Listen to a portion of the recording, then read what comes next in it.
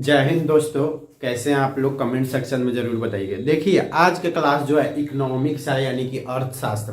अर्थशास्त्र कहने से ही स्पष्ट हो जाता है कि धन का विज्ञान। अर्थशास्त्र को धन का विज्ञान कहा जाता है क्योंकि इसमें जितने भी सारे मतलब इकोनॉमी में जितने भी सारे पूंजीवाद, अर्थव्यवस्था, जितने भी सारे चीज आती हैं, हिसाब किताब, पैसा, लेन देन, ये सभी का जो है गणना किया जाता है।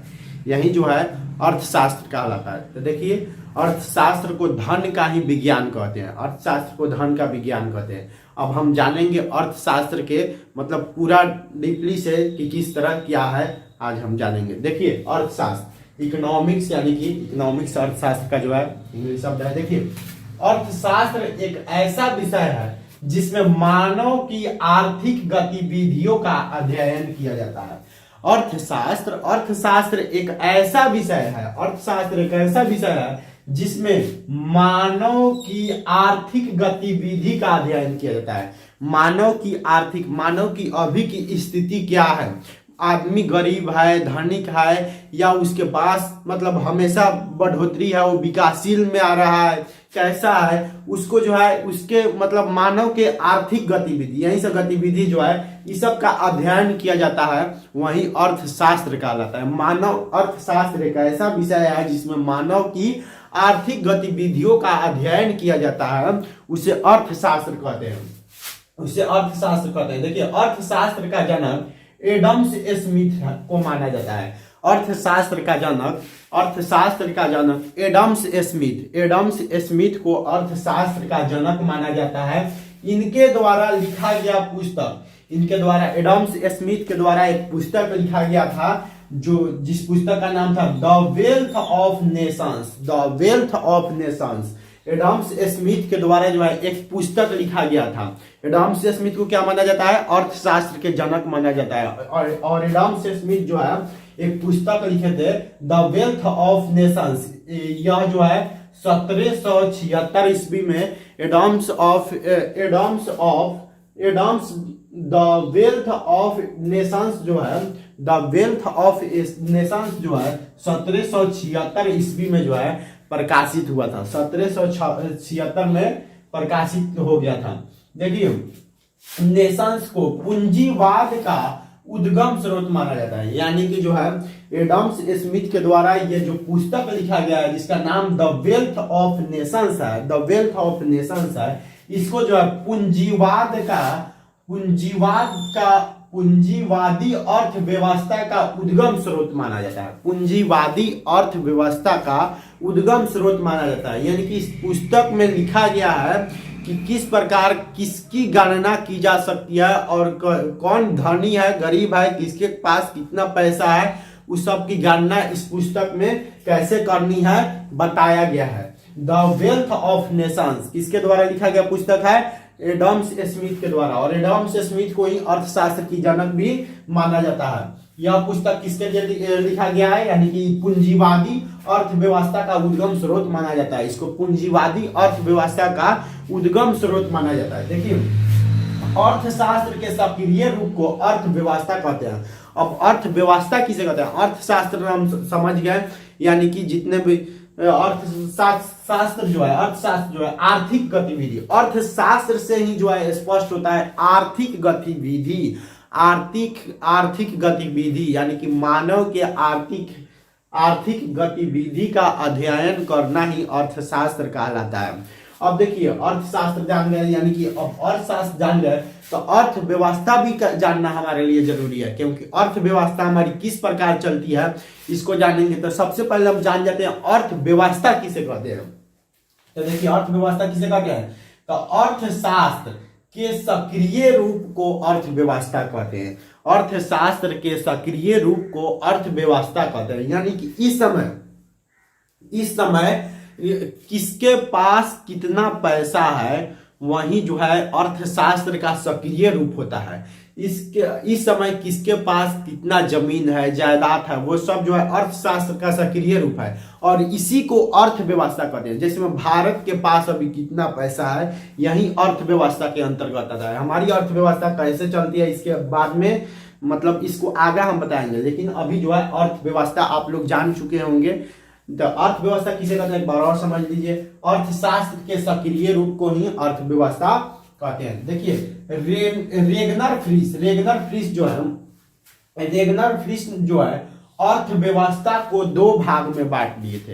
रेगनर फ्रिश जो है अर्थव्यवस्था को दो भाग में बांटे थे। रेगनर फ्रिश जो थे वो अर्थव्यवस्था को दो भाग में बांटे थे। देखिए कौन कौन, एक में व्यष्टि अर्थशास्त्र, व्यष्टि अर्थशास्त्र इंग्लिश में है माइक्रो इकोनॉमिक्स, व्यष्टि अर्थशास्त्र माइक्रो इकोनॉमिक्स। तो देखिए व्यष्टि अर्थशास्त्र में क्या होता है, तो व्यष्टि अर्थशास्त्र में व्यष्टि से ही स्पष्ट होता है कि व्यक्तिगत, व्यष्टि से ही स्पष्ट होता है कि व्यक्तिगत। इसमें व्यक्तिगत यानी कि इंडिविजुअल अर्थशास्त्र का अध्ययन किया जाता है। इसमें व्यक्तिगत व्यष्टि अर्थशास्त्र से ही स्पष्ट कर लीजिएगा कि व्यक्तिगत। रेगनर फ्रिश अर्थव्यवस्था को कितने भाग में बांटे थे, दो भाग में, एक में व्यष्टि अर्थशास्त्र और दो में समष्टि अर्थशास्त्र। तो व्यष्टि अर्थशास्त्र यानी कि माइक्रो इकोनॉमिक्स और समष्टि अर्थशास्त्र यानी कि मार्को इकोनॉमिक्स, माइक्रो और मार्को इकोनॉमिक्स। तो माइक्रो इकोनॉमिक्स यानी कि व्यष्टि अर्थशास्त्र और व्यष्टि से व्यक्तिगत स्पष्ट होता है, तो जिसमें व्यक्तिगत अर्थशास्त्र का अध्ययन किया जाता है वो कहलाता है व्यष्टि अर्थशास्त्र। यानी कि जैसे में अब कैसे पता चलेगा, तो देखिए कैसे पता चलेगा इसमें जो व्यष्टि अर्थशास्त्र का अध्ययन किया जा रहा है कि नहीं। तो देखिए किसी परिवार की आय यानी कि कोई परिवार जो है एक दिन में कितना कमा रहा है, साल में कितना कमा रहा है, महीना में कितना कमा रहा है, यह सब जो है इस सब की जो है गणना करना व्यष्टि अर्थशास्त्र के अंतर्गत आता है। उसके बाद में किसी एक कंपनी की आय या आपकी कोई दुकान होगी उसकी आय, ये सब किसके अंतर्गत आता है, तो व्यष्टि अर्थशास्त्र माइक्रो इकोनॉमिक्स के अंतर्गत आता है, व्यष्टि अर्थशास्त्र के अंतर्गत आता है। और दो में समष्टि अर्थशास्त्र। अब समष्टि अर्थशास्त्र देखिए क्या है, तो समष्टि अर्थशास्त्र यानी कि मार्को इकोनॉमिक्स, समष्टि अर्थशास्त्र मार्को इकोनॉमिक्स। तो इसमें संपूर्ण अर्थव्यवस्था का अध्ययन किया जाता है। यानी कि समष्टि से ही स्पष्ट कर लीजिए कि समष्टि मतलब संपूर्ण और व्यष्टि मतलब व्यक्तिगत। व्यष्टि अर्थशास्त्र रहे यानी कि माइक्रो इकोनॉमिक्स रहे तो व्यक्तिगत यानी कि व्यक्ति लोग कितना कमा रहा है, एक दुकान से कितनी आय हो रही है, ये सब जो है व्यक्तिगत जो है यानी कि व्यष्टि अर्थशास्त्र के अंतर्गत आता है। लेकिन समष्टि मतलब संपूर्ण यानी कि पूरे देश का आर्थिक व्यवस्था, पूरे देश का अर्थव्यवस्था कितना है, कैसा चल रहा है, वो जो है समष्टि अर्थव्यवस्था के अंतर्गत आता है, अर्थशास्त्र के अंतर्गत आता है। यानी कि समष्टि जो है आपका समष्टि अर्थशास्त्र, इसमें संपूर्ण अर्थशास्त्र का अध्ययन किया जाता है। जैसे राष्ट्रीय आय, तो राष्ट्रीय आय क्या एक आदमी से थोड़े ही होता है, राष्ट्रीय आय की गणना संपूर्ण पूरे राष्ट्र की गणना होती है कि राष्ट्रीय आय कितनी हो रही है, वो जो है समष्टि अर्थशास्त्र के अंतर्गत आता है। बेरोजगारी, अब एक युवा बेरोजगार है तो उसको जो है बेरोजगारी नहीं कहेंगे, अब बेरोजगारी उसको कहते हैं यानी कि बहुत सारा युवाएं जो है बेरोजगार हैं, वो जो है यानी कि संपूर्ण बहुत सारे युवाएं जो है बेरोजगार हैं, वो जो है फिर समष्टि के अंतर्गत आता है।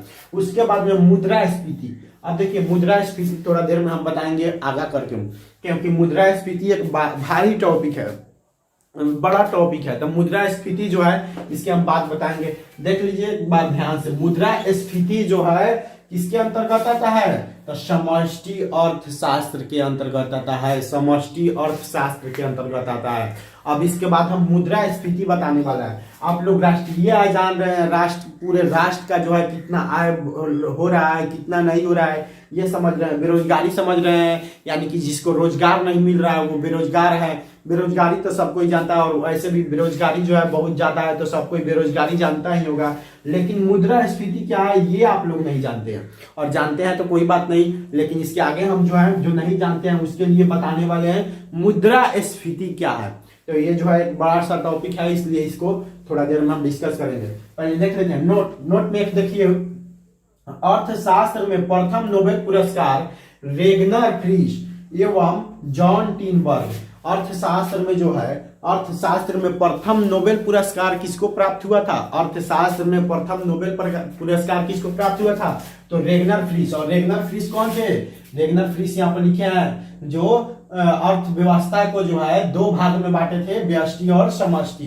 तो रेगनर फ्रीस को और जॉन टीनबर्ग को जो है प्रथम नोबेल पुरस्कार अर्थशास्त्र में मिला था। और इसके बाद जो है आप लोग को हम मुद्रास्फीति बता देते हैं। देखिए मुद्रास्फीति क्या है, मुद्रास्फीति को हम लोग देख लेते हैं कि मुद्रास्फीति क्या है। चलिए जानते हैं मुद्रास्फीति। जैसे मैं हम बताए हैं उस समय कि मुद्रा जो है किस में आता है, समष्टि में कि व्यष्टि में। समष्टि अर्थशास्त्र या व्यष्टि अर्थशास्त्र में मुद्रा आता है, ये मुद्रास्फीति आता है। तो समष्टि में, समष्टि अर्थशास्त्र में जो है मुद्रास्फीति आता है। तो मुद्रास्फीति हम बताए थे कि क्या होता है, ये थोड़ा भारी में है इसलिए उसको एक बार में नहीं बता पाए हैं। तो देखिए मुद्रास्फीति क्या है।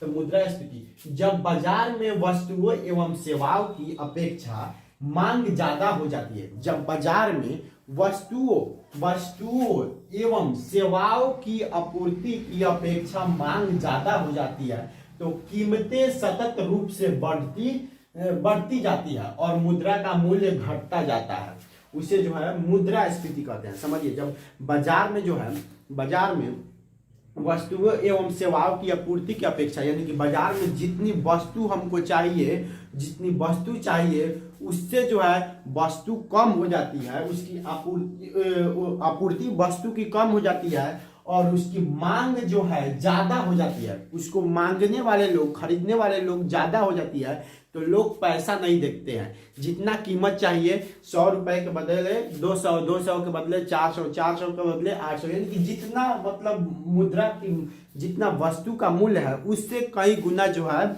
लोग पैसा फेंकने को तैयार हो जाते हैं, इसलिए मुद्रा का मूल्य घट जाता है, जिसे मुद्रास्फीति कहते हैं। अब देखिए मुद्रास्फीति, मुद्रास्फीति दो कारण से उत्पन्न होता है। मुद्रास्फीति दो कारण से उत्पन्न होता है, एक में मांग जनित मुद्रास्फीति, मांग जनित मुद्रास्फीति, और दो में लागत जनित मुद्रास्फीति। मुद्रास्फीति का जो है दो कारण है, यानी उत्पन्न होने का। मुद्रास्फीति का दो कारण है उत्पन्न होने का, एक में मांग जनित मुद्रास्फीति और दो में लागत जनित मुद्रास्फीति। तो मांग जनित मुद्रास्फीति क्या है?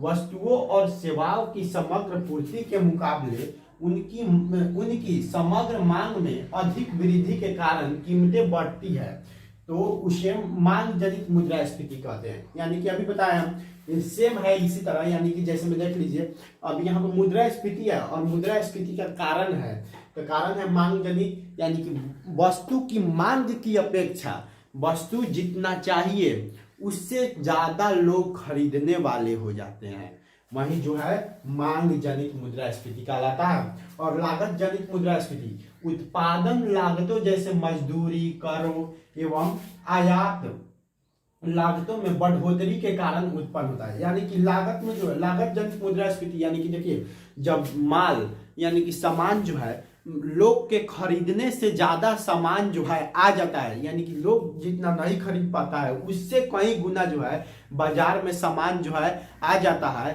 तो उसे लागत जनित मुद्रास्फीति कहते हैं। मुद्रास्फीति को जो है रोकने का जो है, यानी कि मुद्रास्फीति को नियंत्रित करने का, रोकने का उपाय है, दो उपाय है, एक में राजकोषीय उपाय और दो में मौद्रिक उपाय। तो राजकोषीय उपाय यानी कि राज्य सरकार क्या करेगी, सामान को हमेशा नियंत्रण में रखेगी, यानी कि राजकोष द्वारा सामान जैसे ही घटने वाला है कोई सामान, उसको क्या कर देगी, नियंत्रित कर देगी, हमेशा बराबर करके रखेगी। कोई भी सामान कमी हो रहा है तो उसको पूर्ति करवाएगी, तो मुद्रास्फीति उत्पन्न नहीं होगा। उसके बाद में मौद्रिक उपाय, यानी कि पैसा के मामलों में कठोर बनेगी सरकार, यानी कि कठोर तरह से, जैसे में पैसा को हमेशा ज्यादा पैसा बढ़ोतरी नहीं करेगी, यानी कि पैसा ज्यादा नहीं छपाएगा तो ज्यादा लोगों के पास नहीं होगा। उसके बाद में जो है मतलब हर प्रकार से जो है मुद्रा को सीमित रखेगी, सामान्य रखेगी, और इसको भी समान रखेगी, राजकोषीय सामान को भी, वस्तु को भी समान रखेगी और मुद्रा को भी समान रखेगी, तब जो है मुद्रास्फीति जो है उत्पन्न नहीं होगा। यही है मुद्रास्फीति।